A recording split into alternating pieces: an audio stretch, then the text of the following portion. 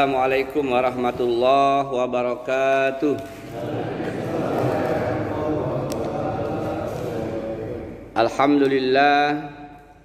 Alhamdulillahillazi arsala rasulahu bil huda wa dinil haqq yuzhiru ala dini kullihi wa kafa billahi syahida. Asyhadu an la ilaha illallah wahdahu la syarikalah wa asyhadu anna Muhammadan abduhu wa rasuluhu la nabiyya ba'dah. Allahumma salli ala Sayyidina Muhammad wa ala alihi wa man tabi'ahum bi ihsan ila yaumiddin, amma ba'd. Fa ya ayyuhal hadirun ittaqullaha haqqa tuqatih wa la tamutunna illa wa antum muslimun. Shadaqallahul azim. Saudara-saudaraku jamaah salat subuh rahimakumullah, alhamdulillah, marilah kita senantiasa bersyukur kepada Allah. Allah beri nikmat kita yang banyak. Pagi ini Allah berikan nikmat sehat dan waktu luang, bisa sholat subuh berjamaah. Kita berdoa kepada Allah, semoga ibadah subuh kita diterima dengan penerimaan terbaik di sisi Allah Subhanahu wa Ta'ala. Kemudian salawat dan salam semoga senantiasa tercurahkan kepada teladan terbaik kita, Nabi Muhammad sallallahu alaihi wasallam.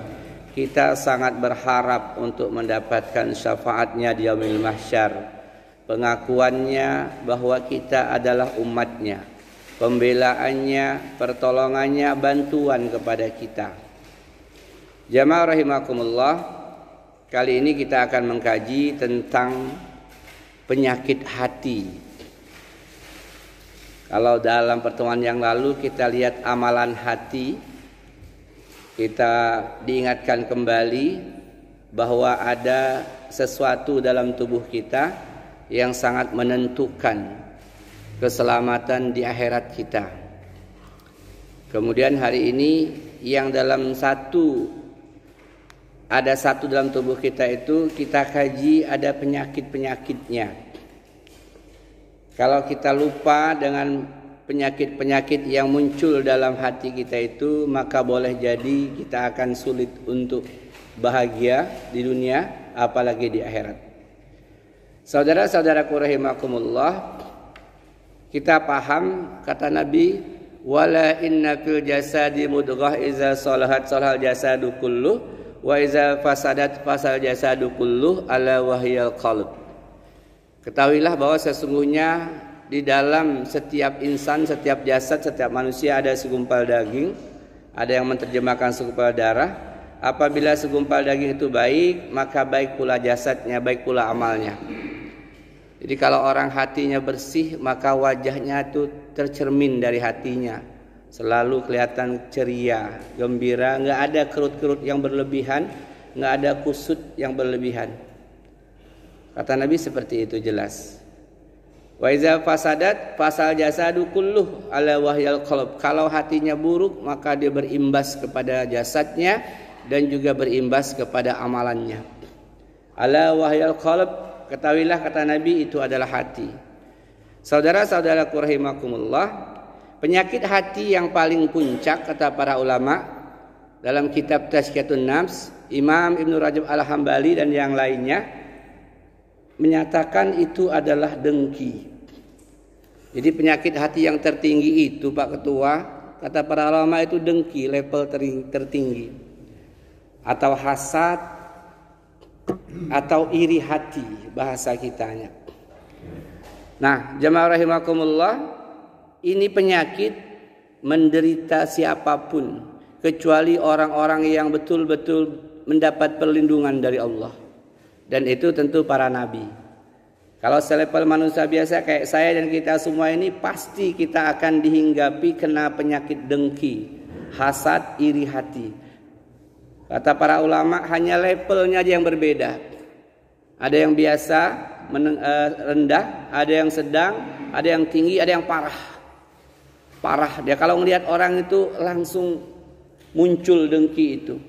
Kok dia lebih tampan ya? Kok udah tua masih gagah ya? Kok rumahnya bagus ya? Kok bisa dia itu sukses sih? Dulu kan melarat dia itu tinggal di bedeng. Misal ini ya, contoh ya, jangan tersinggung ya. Jadi itu kalau sudah parah itu mukanya kusut, setiap ngelihat orang lain sesuatu yang ada kelebihan orang lain langsung muncul itu otomatis spontanitas connect dia. Kok bisa dia jadi ustadz ya? Kok bisa dia kaya? Kok bisa dia naik jabatan dan seterusnya? Nauzubillah. Maka kita berusaha setelah kita pahami ilmunya, yang parah tadi turun, yang tinggi tadi turun, yang rendah menengah turun, yang rendah turun. Tapi kalau hilang mustahil kata para ulama, impossible, enggak mungkin. Tinggal bagaimana mengendalikannya saja.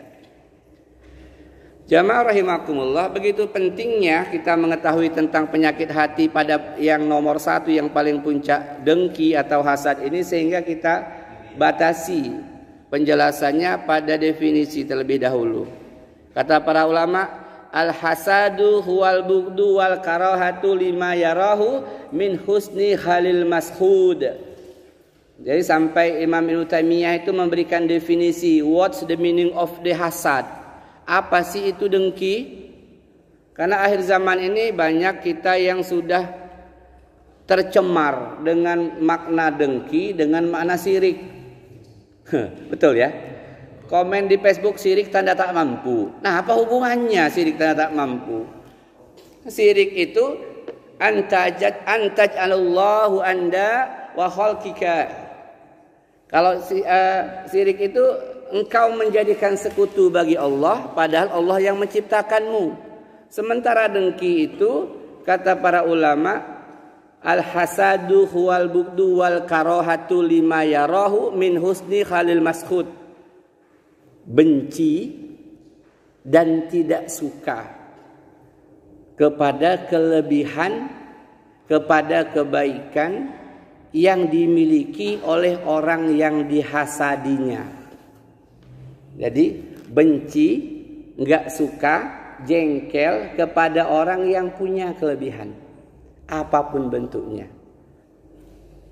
Wajah, postur tubuh, harta, pangkat, kedudukan, jabatan, ilmu. Ketika ada rasa benci, enggak suka, jengkel kepada seseorang yang muncul di hati kita, maka itulah kedengkian atau hasad atau iri hati. Saudara-saudaraku rahimakumullah, jadi batasannya seperti itu. Kalau dalam bahasa singkatnya kata anak muda sekarang, dengki itu, iri itu SMS.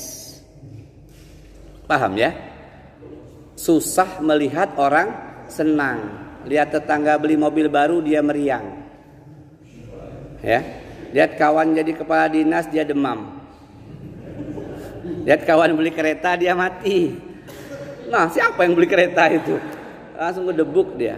Nauzubillah. Jadi jamaah rahimakumullah, tadi saya katakan ini penyakit menimpa siapapun. Tidak ada pengecualian kecuali orang-orang yang betul-betul dilindungi oleh Allah.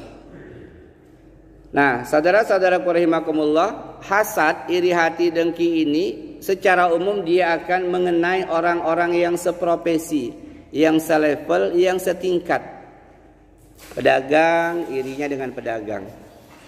Wih, rame toko Madinah ini ya. Kok toko itu sepi ya? Contoh ya, bukan promosi ya. Kok warung itu, warungnya Mas Agus ini luar biasa yang beli kuota, ini nggak berhenti-berhenti. Kok gorengan itu antri, gorengan saya dari tadi sore. Jangankan beli, mampir aja nggak ada orang. Bisikan di hati kita. Jadi satu level, satu profesi, satu jenjang. Tetangga dengan tetangga. Ya Allah, baru 5 tahun nikah, udah beli mobil. Kami 16 tahun, motor aja kredit ya Allah. Nah, nauzubillah. Orang pegawai dengan pegawai, kok bisa dia jadi kepala bagian kabak ya? Padahal dia itu dulu kuliahnya cuma di sinilah, nggak jauh-jauh amat. SD-nya pintaran saya, dia tuh ranking 40, muridnya 41. Nah itu. Jadi jamaah rahimakumullah, dengki, hasad, iri hati ini akan menimpa umumnya yang satu level, satu jenjang, satu tingkatan. Nggak mungkin misalnya maaf ya, tukang gali siring itu dengki sama pemilik klinik kesehatan, klinik bersalin, itu nggak mungkin ya.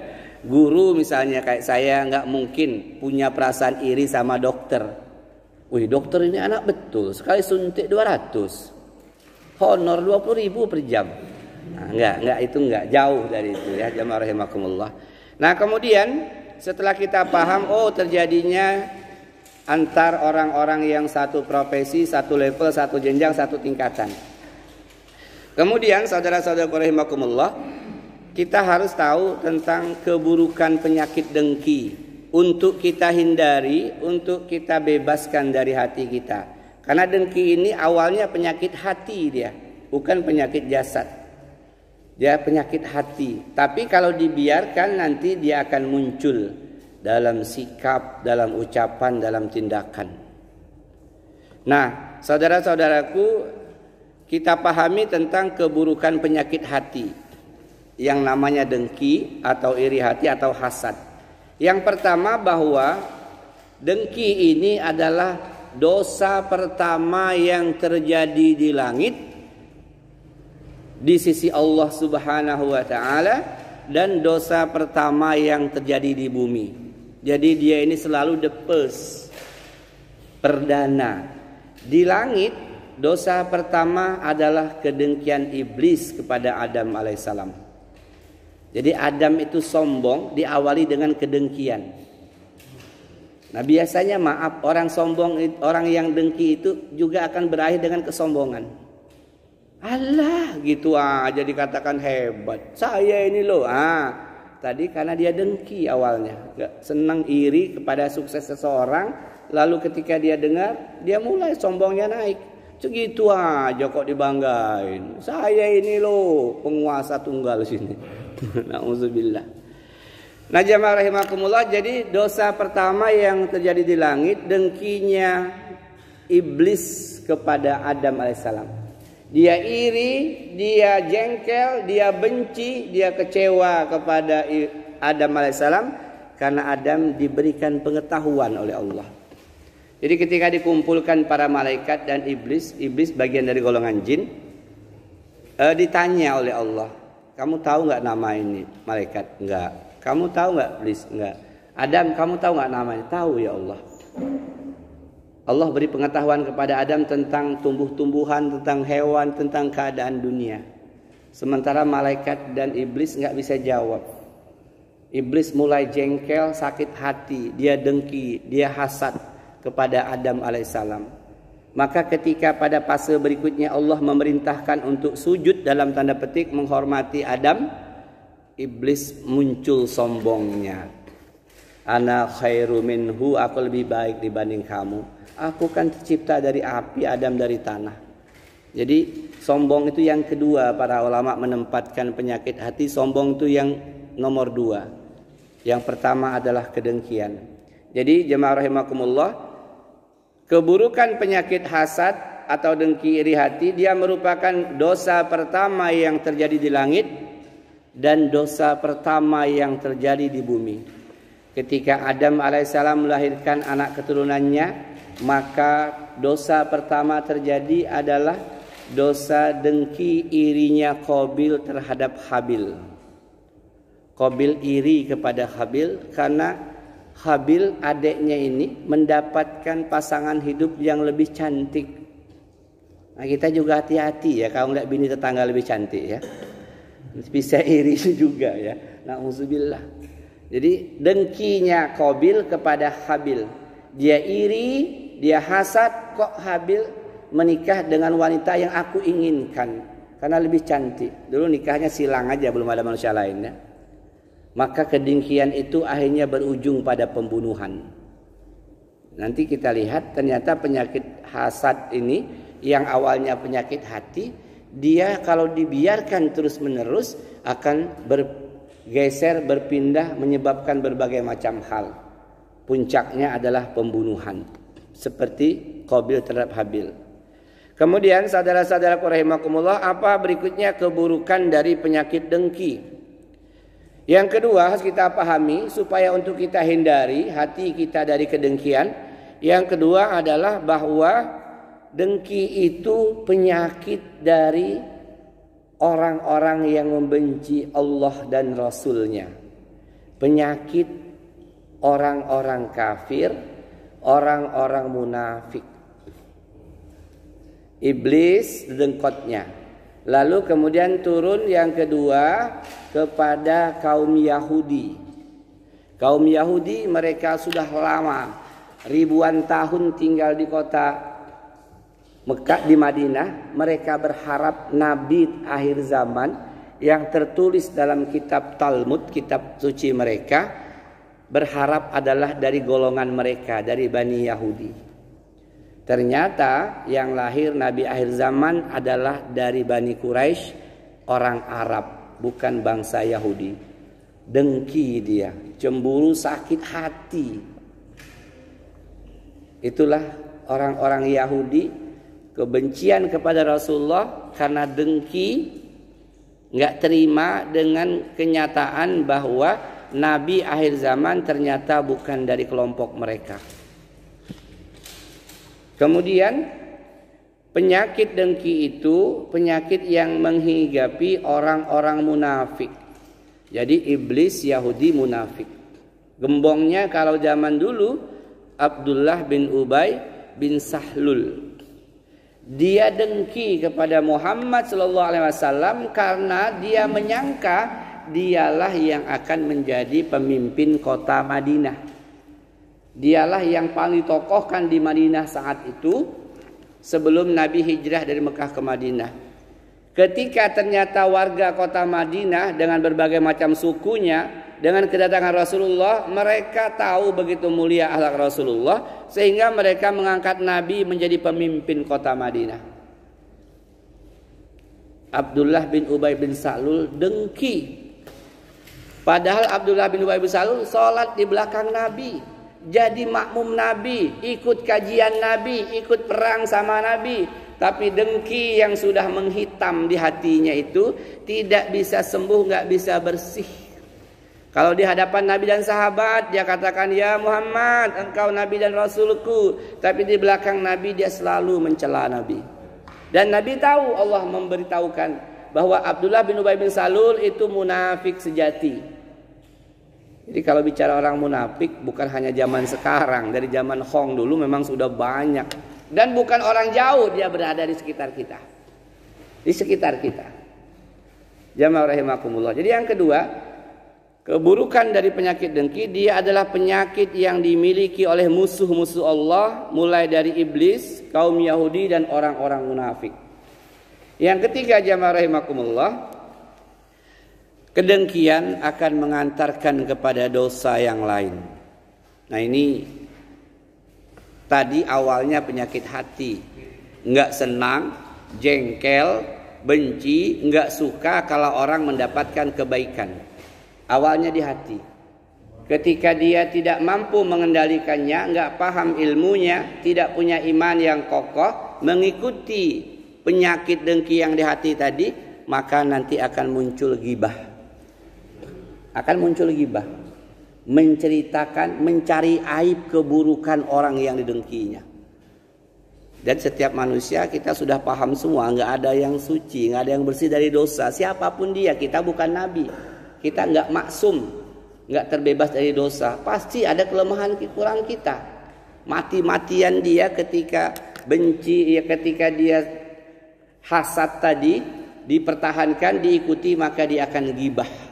Ngomongin, alah dia itu kan naik, itu karena nyogok dia itu karena karirnya nanjak, itu nyuap, dia itu orang sekelek, orang dalam, dia itu banyak sekeleknya. Mulai dia pasti itu. Kalau dia dengan pedagang, kok rame sih itu? Iyalah, dia itu kan tiap tahun ke Jawa, Gunung Kawi mainnya. Iya itu. Kok itu bisa ganteng betul? Wow, dia itu ada perawatannya tiap 2 bulan sekali. Saking pengen mulus wajahnya, kadang beli amplas, toko sesda dia. Jadi itu akan berlangsung lanjut pada ghibah. Setelah ghibah, dia akan fitnah. Dia sulit menemukan orang ini di mana letak aibnya, buruknya, nggak ketemu dia. Nggak ketemu, lalu dia akan fitnah. buat lagi dosa yang lebih parah lagi, menghancurkan kehormatan manusia. Padahal yang bersangkutan nggak ada di fitnahnya. Lalu benci yang luar biasa, yang ketiga levelnya naik lagi, dia benci, dia akan meraih orang, ngajak orang untuk membenci yang didengkinya itu. Woi, ini luar biasa jenjangnya ya. Ghibah, fitnah, benci, kemudian dia akan apa lagi? Dia akan memusuhinya. Dimanapun pembicaraan tentang orang yang didengkinya, selalu keburukan-keburukan orang itu diumbar, difitnah, kemudian mengajak orang lain untuk membenci dan memusuhinya. Nanti akan tampak dari wajahnya itu. Kalau ketemu itu nggak bisa dibungkiri. Karena Nabi yang bilang, kalau sudah ada penyakit kedengkian di hati itu, penyakit hati akan kelihatan dari roman mukanya kalau ketemu orang itu. Lalu melanjut lagi, dia berusaha nanti akan mencelakai. Gimana caranya ya supaya dia jatuh ya? Dihasut, diadu, dibikin berita palsu, hoak tentang orang yang didengkinya. Ya, bahkan nauzubillah kadang kedukun santetnya. Nggak senang saya sama dia itu. Enak betul, masih muda, gagah, ganteng, kaya lagi. Saya sudah miskin, pendek, pesek, keriting, hidup lagi. Nauzubillah. Dan puncaknya nanti adalah membunuh. Itu membunuh. Kita sudah tahu bagaimana kedengkian saudara-saudaranya Nabi Yusuf alaihissalam. Ya Ustaz ya. Nabi Yusuf, masih ingat cerita Nabi Yusuf? Itu saudara kandung, bukan orang lain. Karena dengki kepada Yusuf, iri kepada Yusuf yang tampan, yang ganteng. Karena benci kepada Yusuf, iri tadi memandang bahwa ayah mereka lebih sayang kepada Yusuf, padahal enggak. Akhirnya saudara kandung sendiri dicelakai, dimaksudkan untuk dibunuh. Lemparkan ke sumur tua, logikanya pasti mati ya. Di tengah padang pasir tandus pasti mati. Tapi namanya ajal, kalau belum waktunya ya belum. Ya jamaah rahimakumullah.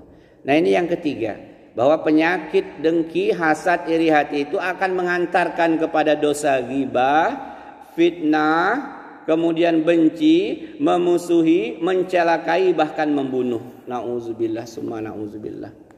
Dulu cerita-cerita para dukun yang insaf, dukun yang sudah taubat Ustaz. Alangkah banyak orang itu ke dukun karena dengki, nyantet orang lain. Gimana caranya Mbah biar dia itu sakit parah, biar dia itu mati? Kenapa kamu? Saya iri sama dia. Dia itu kok karirnya melonjak terus, saya ini nggak bergerak-gerak dari ini staf ini misalnya ya. Nauzubillah. Nah, jamaah rahimakumullah. Kemudian yang keempat, keburukan dari penyakit hasad, dengki, iri hati itu, kalau seseorang punya kedengkian kepada orang lain, pada dasarnya dia sedang menolak takdir Allah. Pada hakikatnya dia menolak takdir Allah. Karena yang menjadikan seseorang kaya, tampan, berjaya itu Allah yang menjadikannya, bukan yang lain. Kataballahu maqadirul khalaik ya qabla ayyahluqas samawati wal ar bi khamsina alfasana.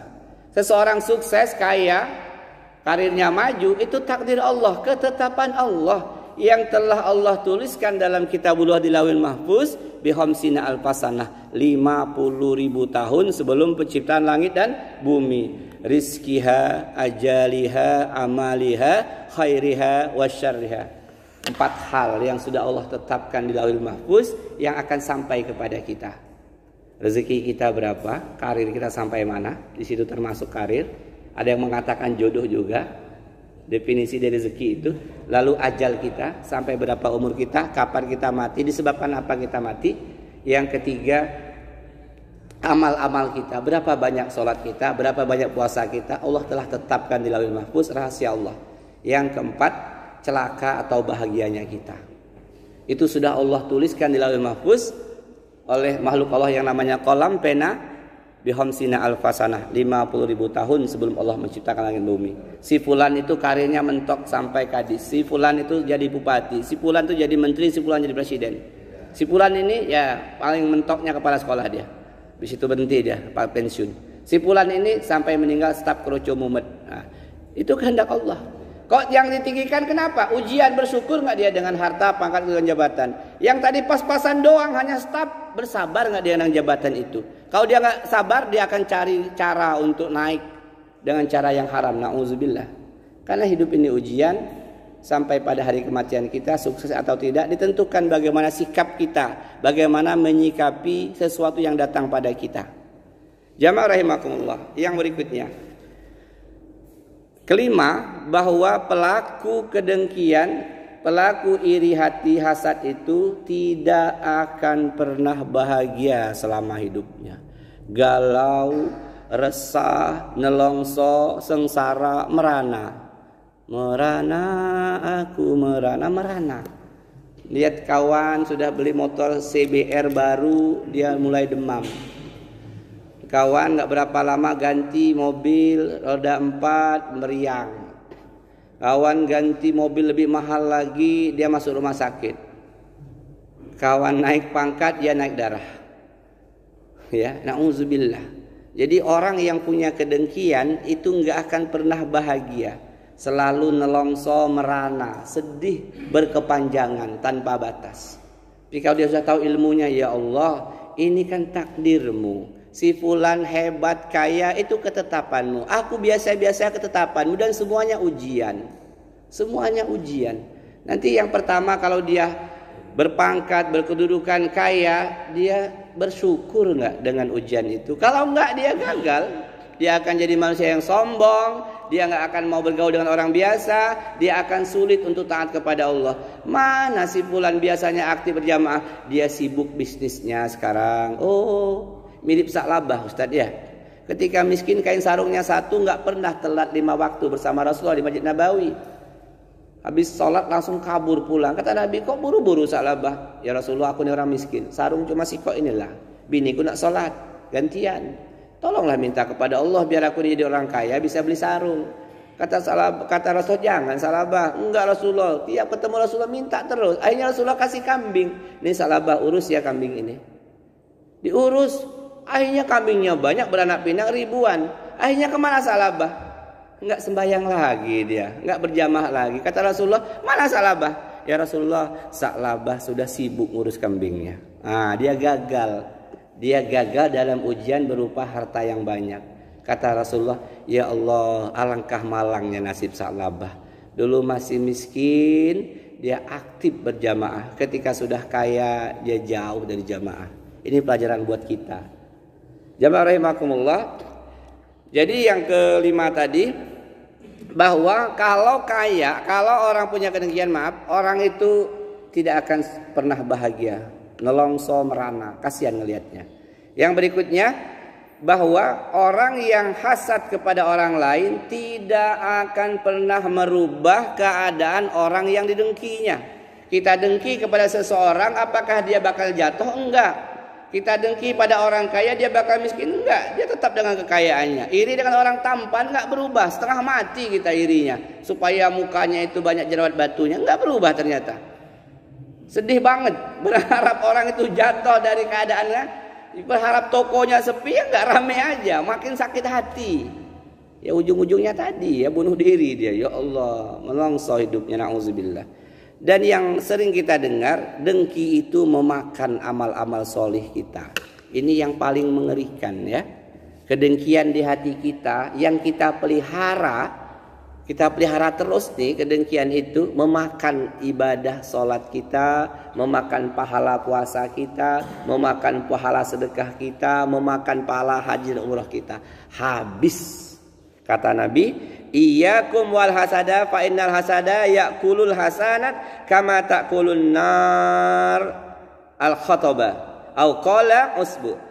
Hati-hati kalian, takutlah kan, waspadalah kepada penyakit dengki, hasad atau iri hati, karena sesungguhnya hasad itu mengikis pahala-pahala kalian seperti api memakan kayu bakar. Atau kata Nabi, seperti api yang memakan semak belukar, rumput kering. Pelan digerogotinya. Lapangan sepak bola dibakar di ujungnya dikit, api rokok, pelan sejam 2 jam, sore habis rumput kering itu. Nah ini yang perlu kita ingatkan pada saya dan kita semua. Kedengkian yang dipelihara itu menyebabkan pahala-pahala ibadah kita dikikis habis. Na'udzubillah summa na'udzubillah. Nah yang terakhir, gimana menghindarinya? Penting punya pemahaman gimana ngobatinnya penyakit. Kalau korengan bisa beli, kalau panu ada salep 88 ya. Betul. Kalau misalnya batuk ada obat batuknya Konimek misalnya ya. Ini bukan promosi ya. Ada, tapi kalau penyakit hasadnya apa obatnya ini? Ya. Jemaah rahimakumullah, yang pertama senantiasa berdoa kepada Allah. Yang pertama semua penyakit hati itu kata para ulama diawali pertama minta tolong kepada Allah. Rabbana ighfir lana wa li allazina sabaquna bil iman wa la taj'al fi qulubina ghillan lil ladzina amanu rabbana innaka raufur rahim. Ya Allah, janganlah ada kedengkian di hati ini ya Allah.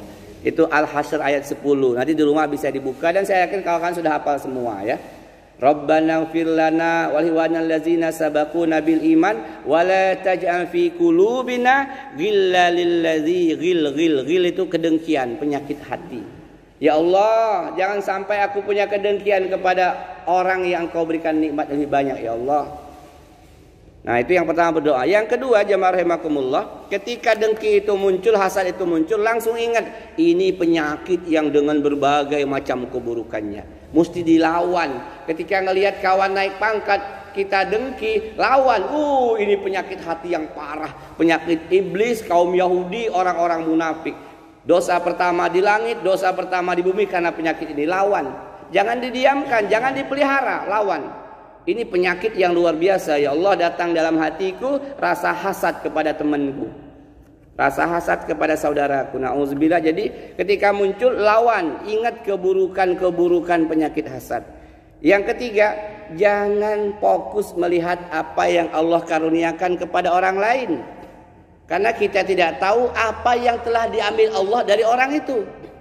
Kita kadang-kadang lihat orang kaya, hebat, mewah, kita muncul iri tadi. Kita lupa bahwa kekayaan dia itu dia raih dengan pontang-panting, setengah mati. Harta yang dia raih, dia kumpulkan itu meninggalkan keberjamaahannya, nggak pernah dia nongol. Acara kematian nggak ada, acara orang kumpul-kumpul gotong royong dia nggak ada, acara-acara masyarakat sosial dia nggak ada. Pergaulannya terbatas, sudah Allah ambil nikmat-nikmat yang lain. Jadi kalau ngelihat orang itu hebat, kaya, jangan lihat satu sisi, lihat sisi lain. Alangkah banyaknya yang Allah ambil dari dia. Sehingga kadang-kadang kemana si Fulan? Nggak ada, dia sibuk. Dia nggak sempat kayak kita di ngopi-ngopi sore, ngobrol. Nggak ada waktu dia. Dia nggak takziah. Mana ada pulangnya malam nanti, nggak sempat takziah dia. Akhirnya tiba-tiba datang waktu kematian. Nah, mati juga dia tadi. Iya, mati juga yang kaya itu. Yang nggak pernah bergaul itu mati juga dia. Jadi lihat sisi yang lain, jamaah rahimakumullah. Yang berikutnya, yang keempat, ini yang puncak. Yang puncak apa Ustadz? Mendoakan orang yang kita hasad. Wah, itu luar biasa. Kita doain dia. Kalau melihat orang kaya, ya Allah berkahi kekayaannya. Lihat kawan naik pangkat, ya Allah berkahi pangkatnya. Lihat orang makin tampan, ya Allah berkahi ketampanannya. Supaya dia bisa lebih bersyukur, ya Allah. Ini berat, ya. Karena pahalanya juga besar. Innama izamal jaza, kata Nabi, ma'a izamal bala. Allah akan beri pahala yang besar pada ujian yang besar. Melihat kawan sukses, besar ujian, muncul dengki, dilawan, kemudian didoakan. Mudah-mudahan dia amanah dengan jabatannya, mudah-mudahan dia makin kaya, makin sukses, mudah-mudahan tokonya makin ramai ya Allah, mudah-mudahan dia makin sehat ya Allah. Kamu hebat betul mendoain orang yang kamu hasad. Itu ilmunya harus begitu. Karena Allah juga akan kasih ke saya persis nanti seperti itu. Kalaupun nggak berupa materi, nanti pahala yang besarnya seperti gunung-gunung emas di akhirat. Ya Allah, kok ini